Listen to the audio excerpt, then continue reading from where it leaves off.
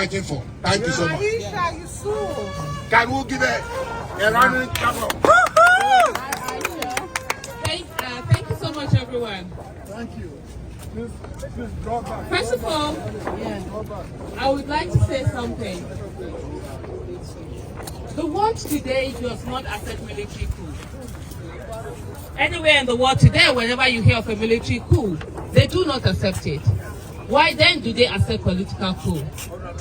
When the mandate of the people is stolen, when the people who go to vote and who do everything to ensure that they give someone a mandate, and that mandate is stolen away from them, that's a political coup. And the world must stand up and begin to do the needful. Most times we think what happens in other countries does not affect us, but it does. Because we are all interrelated. And by the time people steal mandate and they go out to legitimize it, what happens? It begins to tell other people that democracy itself is not something that they want to do or be part of. And I'm sure US have seen it in the last few years. So we must insist and be our brother's keepers. Nigerian citizens, especially the youth, were told that they cannot. And they did the needful. They went out on the streets and they did what they needed to do. They campaigned. They ensured that who they wanted, they voted for. And those who have always stayed in power, who have not given the good governance, accountability, and transparency that is needed, decided they can steal it. And the reason why they steal it is because they get away with it. If a thief will steal something, an armed robber will take away something from you, you do not, no matter what they do, you do not legitimize it. You ensure that they return what they have stolen to the person they've stolen it, and they get punished for it. And the same thing must be done with politics. Politics affect every part of our lives. And a lot of people are fighting migration. Some people say, oh, we don't want people to migrate. But the thing they always say, do not accept what you will not accept in your own country. That's right. When they steal our mandates, when they kill the people, when they maim people, when they burn properties just to be voted into office, and they go around and you accept them, no way. You're part of that criminality. And you cannot allow it to continue to happen. And so indeed, we must speak up. Nigerians are saying something simple, that they want their stolen mandate returned. Unfortunately for us, what we have with the judiciary is no longer the resource of the common man. It's the resource of the corrupt politicians. And we have that they have safe havens where they go to other places. They loot our own commonwealth and take it elsewhere. That must stop. We must begin to stand and ensure that democracy indeed is democracy the way it should be. And there must be a minimum standard, a universal standard, not a situation where you have democracy, where people have been killed, where people have been made, where people have been attacked, where a woman went out to vote and she was attacked. She got patched up, she came back with blood dripping on her ballot paper. She voted. And you have a representative of a government saying to her that, oh, it was fanciful. And I'm glad the woman has retracted her statement. The other woman who has said, the High Commissioner in Nigeria who said it was fanciful, now she's agreeing with the fact that what happened in Nigeria was not election, it was civil war. And that's not the way it should be. And one of the things we've always said, and I'm so proud of Nigerians in diaspora, you guys have woken up for a long time. You were the sleeping giant who just sent money back home and didn't do what was needed to be done. Now you're participating in politics. You contribute 4% of the GDP of our country. And therefore you must have political power. You must have political power. You must be invested in the things that are happening. Politics is everything. Most times they tell us that, oh, don't forget, don't participate in politics. It's for some people who are not, not to be trusted or any of those. We cannot continue that way. Because the policies that they make affect everyone. Not just those of us that are back home in Nigeria, but also those of you that are in diaspora. Because at the end of the day, people keep asking you, send us back home. Send that back home. We have a great country. We do not need charity. We always say that. We have everything to be one of the top countries in the world. We have the human resources. We have the mineral resources. We have arable land. We have everything. The only thing we've lacked is leadership. And it's time for us to collectively come together and ensure that the people we put into office are people who have competence, character, capacity, people who are patriotic, people with empathy, people who are going to be servant leaders and transformational leaders. Enough of the worst of us leading us. We must have the best of us lead us. There will be no more excuses. No Nigerian is more Nigerian than any Nigerian. And we must get to the place where the child of nobody can become somebody without knowing anybody. We must have that Nigerian dream. We must have a place where the child of nobody can become somebody without knowing anybody. We must have a Nigerian dream. We must have that country where everyone is proud to be there. As individuals, we are all achievers.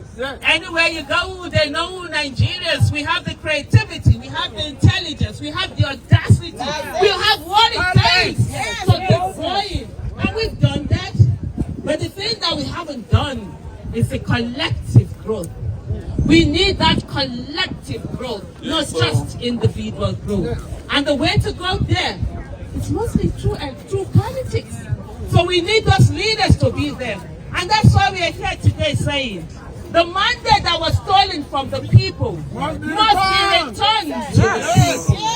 The mandate that was stolen from the people must be returned to immediately. The people's mandate must be given to the person that the people chose. Immediately. The Supreme Court. The person who has been given the mandate was not given the people's mandate. He was INEC's mandate.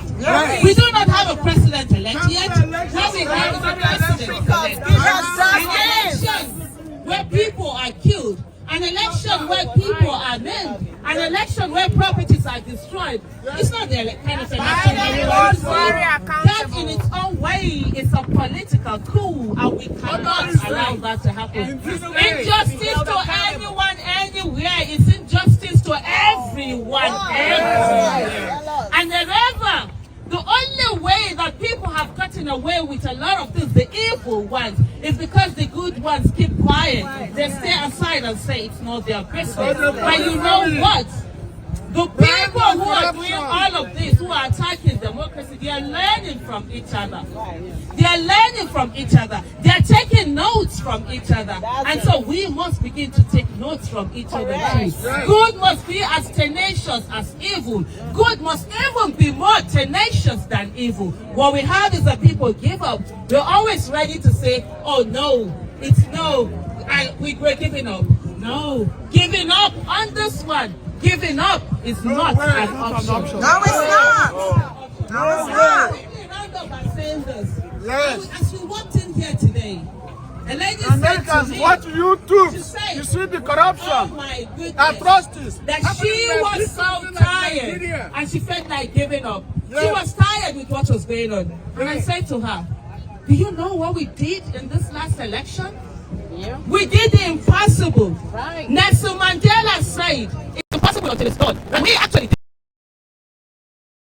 The citizens of Nigeria decided they were going to participate in politics, something they have never done before, something they have never been bothered with. And guess what happened? We upturned everything. They said we were only 4 people tweeting in a room, and we decided to show them what 4 people can do when they come together. In the words of Margaret Mead, that it takes committed small amount of people to actually get things done. And that was what we did. We came together. We began to change that space that they thought they owned, and let it know that the power belongs to the people. The power belongs to the people. And the office of the citizen is the highest office in any land. The office of the citizen is the highest office in any land. The office of the president is the highest political office. And so the people of Nigeria decided to occupy the office of the citizen and make a difference. And a difference was made. Do you know how many people who ordinarily would not have gotten to the National Assembly have gotten to the National Assembly?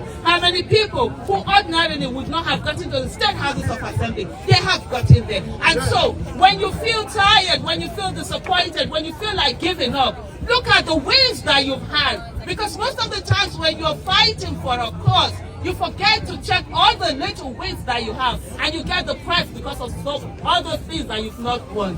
But you know what? History is so slow when you're living the moment. I always say to people, think about Nelson Mandela. He spent 27 years in prison. Imagine what it was the first day, the second day, the third day, 1 week, 3 weeks, 1 month, 6 months, 1 year, 5 years, a decade, 2 decades, 23, 24, 26, 27 years. But he came out and he was able to get that appetite down, and he became a president. And today he's no more, but he's remembered. I see a lot of people who express fear. What happens to you? What if you're attacked? What if you're killed? I will round up by saying to every one of us, death is not when you can no longer breathe in oxygen and breathe that carbon dioxide. Death is when you stop speaking because you're afraid to die. What then is the essence of life? They have oppressed our children.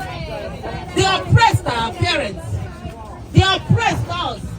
We must never, ever allow them to oppress our children and not give them the enabling environment for them to thrive. The Nigerian youth have woken up.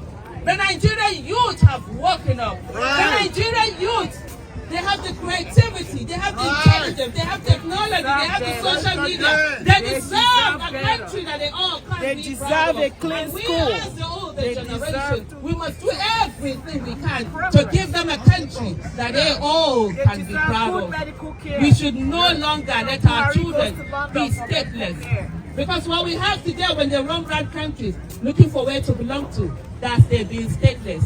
So thank you so much for even though being here, still caring about what is happening back home. Thank you so much for standing firm for Nigeria. And remember what Nelson Mandela said, when Nigeria gets its act together, Africa will get its act together.